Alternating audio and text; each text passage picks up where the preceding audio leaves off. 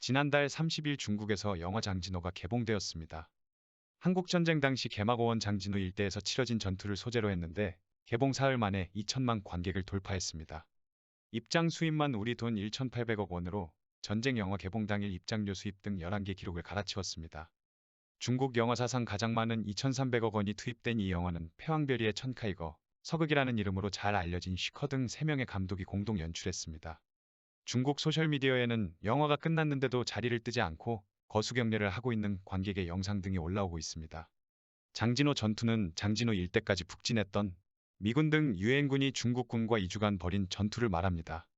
중국은 대대적인 승리라고 자랑하지만 사상자는 중국군이 4만 8천여 명으로 유엔군 1만 7천여 명보다 훨씬 많았습니다. 영화는 미군이 38선을 넘어 중국을 위협해 중국의 참전이 불가피했다고 강조하고 볶음밥을 만들다 폭사했다는 설이 제기된 마오쩌둥의 아들 마오아닝을 지도를 챙기러 작전실에 들어갔다 숨진 것으로 묘사했습니다. 영화 장진호는 지난 8월에 개봉하려다 국경절 황금 연휴로 늦췄는데 미중 갈등 속 애국주의를 내세워 내부 결집을 노리려는 의도가 깔린 것으로 보입니다. 흥행 중인 항미원조 영화 장진호를 비판한 중국 언론인이 영웅을 모독했다는 이유로 형사 처분을 받았습니다. 당 기관지 인민일보는 이유를 불문하고 영웅을 모욕하는 행위는 절대 용납될 수 없다는 입장을 발표했습니다. 중국 하이난 성사냐시 공항국은 지난 9일 웨이보에 영웅 열사들에 대한 불법적 발언을 게재해 대미양전 의용군에 대한 명예를 훼손하고 민족 감정을 훼손했다며 중국 주류 매체 신경보 선임 기자이자 경제 주간지 차이징 부편집장이었던 러창핑에 대해 형사 구류 처분했다고 밝혔습니다. 공항국은 불법 게시글에 대한 신고를 접수하고 러창핑을 불러 조사를 벌인 결과 그가 잘못된 내용을 게시해 나쁜 영향을 끼쳤다는 사실을 자백했다며 구금 조치 후 추가 조사를 벌이고 있다고 설명했습니다.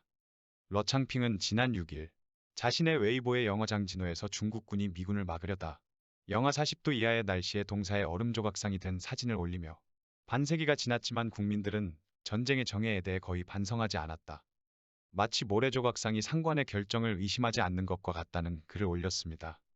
의용군을 무참히 희생시키고도 항미원조를 앞세워 애국주의 고취에 열중하는 중국 정부의 일침을 가한 것으로 해석됐습니다. 하지만 글이 올라가자 곧바로 숭고한 영웅에 대한 모욕이라며 비난이 쏟아졌고 웨이보 측은 글을 삭제하는 것과 동시에 계정까지 폐쇄시켰습니다. 러창핑의 형사 구금에 적용된 법적 근거는 영웅열사보호법입니다. 2018년 법안 통과 이후 올해 3월 1일 중국 형법 개정을 거쳐 처벌 조항이 처음 삽입됐습니다.